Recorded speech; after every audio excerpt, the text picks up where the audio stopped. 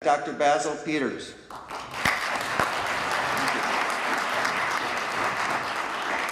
Thanks, Mike. Good afternoon, ladies and gentlemen. The Conference Content Committee wanted Kenneth Marks and I to talk about all the things that we can do, have done in our businesses, to take the value of a company we're selling from, say, 3x to 7x.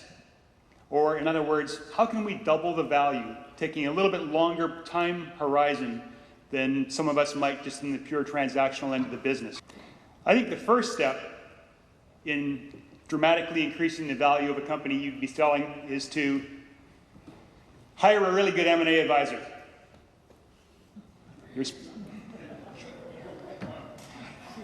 I'm actually serious about that. I think that if you look at it over the entire life cycle, what company owners need is they need some good advice in that last stage of their company's operating history. And as I thought about this content, I thought, well, isn't that really the reason that you want to hire a good exit team, a good M&A advisor, a good value growth consultant?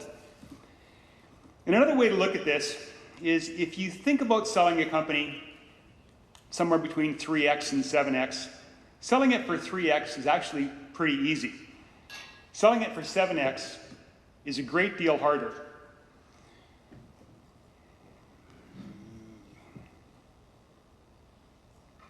Selling it for 7x takes a lot of skill, strategy, and patience.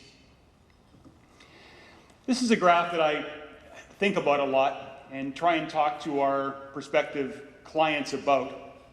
And what I'm recognizing here is that in our industry, in this industry that facilitates exits, there are a range of qualities of intermediaries and advisors. And I think that it's pretty easy to accept that in any group of people, there's going to be the people in the middle, there's going to be a few that are exceptional, and then there's going to be the bottom 50% that are below average. And I think what business owners underappreciate is that the ultimate end result when they sell their companies is significantly affected by the quality of the exit team that they end up working with. And I really believe, from watching what I've seen in the industry, from talking to many of my peers over a number of decades, I think that that range of outcome can easily be plus or minus 50% of the value of the business. That's about the 3x to 7x that the organizers wanted us to build a talk around. And that's a pretty big range when you think about this whole process just being the last couple of years of an organization's life, that it can all be affected plus or minus 50%, almost a factor of 2x, just on the quality of the exit team that comes together to facilitate that transition. It's not the topic of this talk, but it's also interesting to me that if you look at what's happening in our marketplace, the range of fees that are charged actually varies over a much smaller range. So in the market, what I'm seeing is the difference between really good and the lower end of the range is probably only a couple of percentage points on the success fee. But the range in the outcome, I believe, is probably 25 times greater in a percentage basis.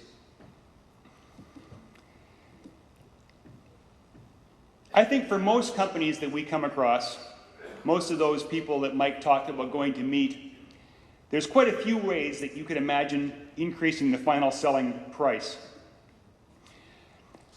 A full discussion of all the things that we could do, I think, should be a week-long workshop. And I was trying to twist Mike's arm earlier and thinking about whether we could put one of those together.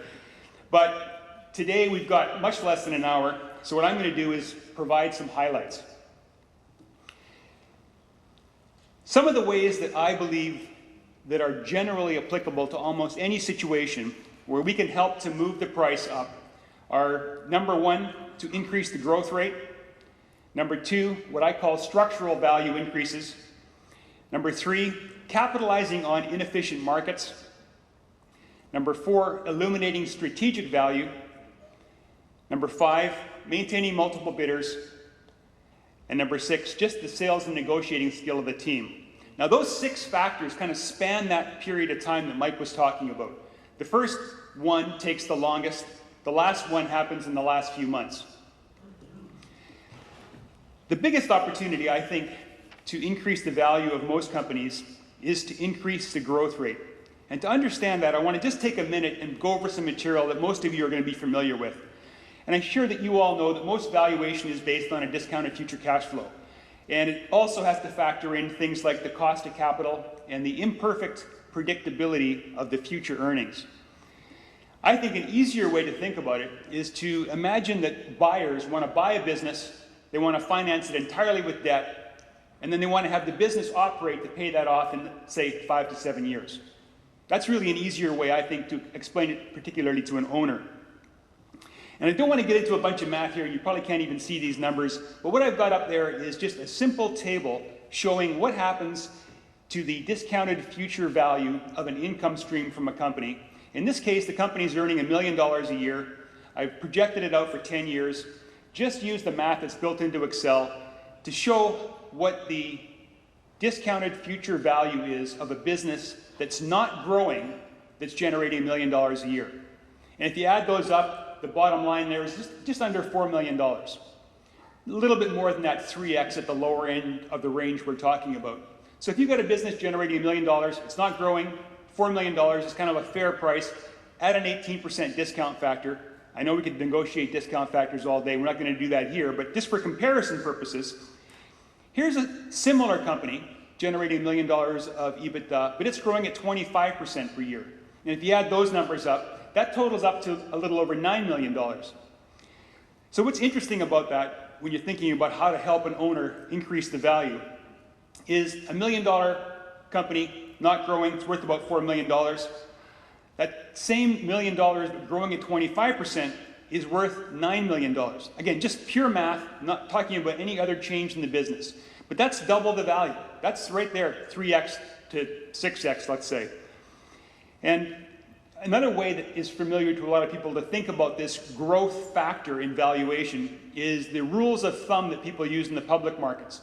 And I'm sure all of you have heard your advisors or thought to yourself that in the public markets, people often say that the PE ratio of the stocks that you buy or own should be roughly equal to the growth rate.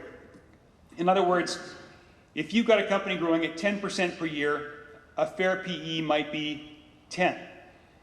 A company growing at 20% per year, just on a mathematical basis, deserves about double the valuation, or a PE of about 20. And of course, there's other differences there because we're talking about after-tax earnings, we're talking about the difference between liquid and illiquid, but the same principles apply. So an easier way to think about that, I suggest, is to look at this graph, which is nothing more than the math behind the discounted future cash flow of any income-producing asset. But what's interesting here is if you go down to the lower left of that graph, at that zero growth rate, you see that it starts at about 4. So a company that's not growing, fairly valued at about 4 times earnings with this 18%. But look what happens when the growth rate increases just a little bit. You know, if you get up to, say, 25% growth rate, which is, again, it's a solid growth rate, but not a spectacular one, the fair value is 9. But if you could grow that at 50%, now what's happened is, just math, the fair multiple is like 25x at 50%. And that's one of the things that drives the crazy valuations we see in the tech market, is a lot of these companies are growing at 50, 75, 100, or 300% per year. And that's why when we see some of these multiples at first, it kind of takes our breath away. But really, it's all based on simple mathematical fundamentals. But that's a really big lever that we can apply at the early stages to change the value of a company. I don't know what the name for this is. You know, Mike and I have been talking about what this should be called for years. All of us have. I don't know whether it should be called exit planning, growth consulting, growth value. We're going to figure that out one of these days. But there's a job here that's not normally part of the transactional organization. What I've found in the business that we've done is that many of the companies that we find who we hope are saleable really haven't maximized their growth rate. They're in that category that Mike was talking about, which is where you're tempted to say, well, I'll see you in a couple of years or 3 to see what's happening. In our firm, we've actually taken a bit of a different approach, and we've naturally wanted to help the business owners that we found were not quite ready. So I look back over the transactions that we've done for the last decade or so, and in about half the cases where we've completed exits, we've actually been involved in helping the company increase the growth rate. And the challenge with that is, and again, looking back over our own transaction history, is that takes a lot more time. Because even if you're efficient in doing that, you're going to need at least several quarters of actual financial results to have a convincing demonstration to a buyer that you have established a higher growth rate. So that's, I think, one of the examples Mike was suggesting that he wanted us to be thinking about is, how can we either expand our practices or work with other professionals to get these companies that we find that are good companies but maybe haven't been as aggressive as they could have been, how can we help them grow faster? Another one of the things that I think should be done early on in every exit strategy planning session is to think about structural value increases. And these are often small tweaks in the corporate structure, and they can sometimes increase the selling price by 10 to 25%. Sometimes this is called financial engineering. And these can be balance sheet changes. They could be asset versus share sales strategies. They might be financing mechanisms or even tweaks to the deal structure. Tax innovations in some cases can be a significant opportunity depending on the structure of the company you're dealing with and the jurisdictions across which you're dealing. International transactions bring a whole new layer of possibilities in tax planning. And there's almost an uncountable number of things that you could do under the category of structural value increases. But in my experience, those can easily add millions of dollars to the final result and more than pay several times over for the professional fees that are involved. Another particular favorite of mine is capitalizing on inefficient markets. And I think that we as a group of professionals probably underappreciate just how inefficient the markets are that we operate in. And certainly our prospective clients have very little appreciation for this. And what inefficient means when you talk about markets, what the economists are talking about when they describe inefficient is a complex thing. But the short summary is that in an inefficient market, information is difficult to access. In other words, there's no transparency. The number of buyers, and especially the number of sellers, is limited. And these things tend to contribute to markets that are illiquid, which we all know firsthand because we recognize how difficult it is to facilitate a company transition. But they're also inefficient in matching price to fundamental value. And what's fascinating to me about this is that unlike almost everything else in the financial world, there's an imbalance in the effect of this market inefficiency. And all of the market inefficiencies favor the seller, and none of them favor the buyer. And recognizing this provides an enormous capability to optimize the outcome for our client companies. And the flip side of this, and the part that breaks my heart, is that because on the buy side, almost everybody there is a professional. Buy side people are smart.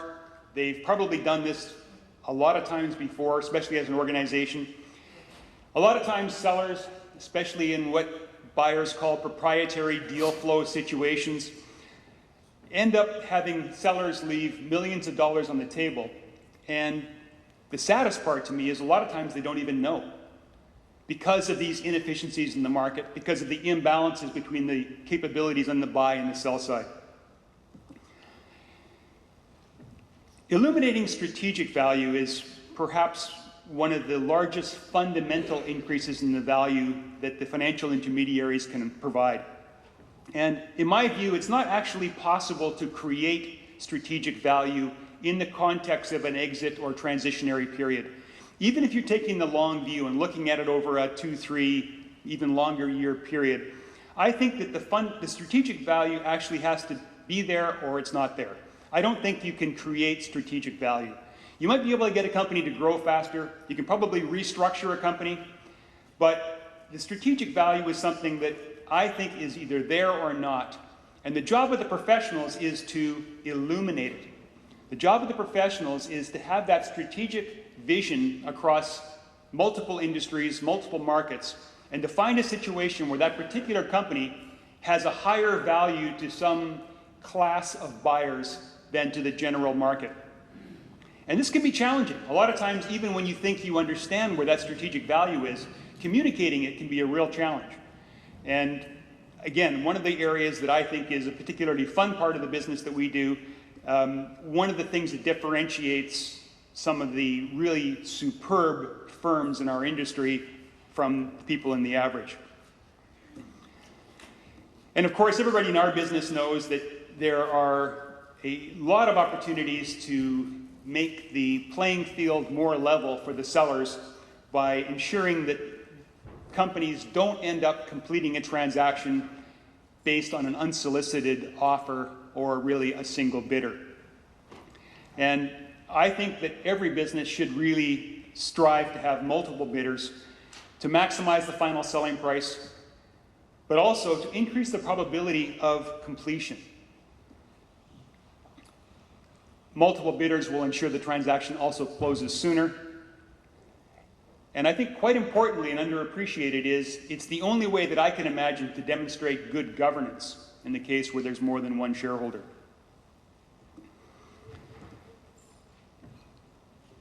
There's also no question that selling and negotiating skill has an impact in the final selling price.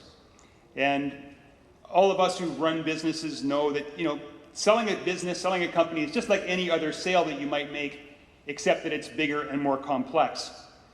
And I think that an outstanding sales capability in the exit team can easily increase that final price by 50%. And I've got a blog post up on my site that gets quite a bit of traffic about some of the case studies where we've actually had the ability to disclose some of the things that increased value by 50%. Because the first reaction you usually get when you're talking to a business owner is, can you really increase the price by 50%? Is there really that much elasticity in the market? And, it's hard to describe to somebody who hasn't seen it. And I think most of our clients don't really appreciate where they actually ended up on that graph between that plus or minus 50% in value, because they have no ability to put that number in perspective. But I've actually helped to make that happen quite a few times. And in the actual process, I think it's quite easy to see. It's quite easy, and I've even got a case study where one owner was brave enough to say on camera that when the first offer for their company came in, and it was at their target price, he had an irresistible urge to grab his pen and sign the LOI. And my partner and I actually had to almost sit on him and not let him have anything that would write to help him appreciate that it was too early to accept that first offer, even though it was at his target price. And part of the reason is that growth planning that we'd done earlier was paying off quite nicely. The company was growing a little bit better than we expected. And in the end, what we did was we had 3 bidders. We walked the price up 48%. And that's one of those cases where we were able to talk about it. And so when you see that happen over and over again, you really do get an appreciation for that in this highly inefficient market that we operate in, there is probably, a percentage of range that's influenceable just by how well the exit process is designed and executed. The challenge with this, and the challenge with learning about this, and perhaps the opportunity for the AMAA to help us all be better at this, is that in our industry, in my experience, about 80 to 90% of the time, the people involved in the transaction end up signing an NDA. And what that means is that we don't have a lot of case studies that we can use for helping to understand how we as an industry can do these things better. So we're all still learning in our own little companies where that NDA allows us to exchange information. And what is sad for me is that I know of many great stories. Some of them were companies that we ourselves in my little firm sold where we can't tell the story. And that to me is kind of heartbreaking because it's a lost opportunity for all of us to learn more about how we could do this and to increase the final outcome. I've been writing quite a bit about this on my blog. There's some resources up here. This PowerPoint should be available from the AMA download, or if not, just go to my site, I'm sure you can find these, or send me an email, I'll be happy to point you to them. I'm going to hand it over now to Kenneth Marks, who's going to do the second half of this module on increasing the price from 3x to 7x, and then if there's time, we'd be happy to answer some questions.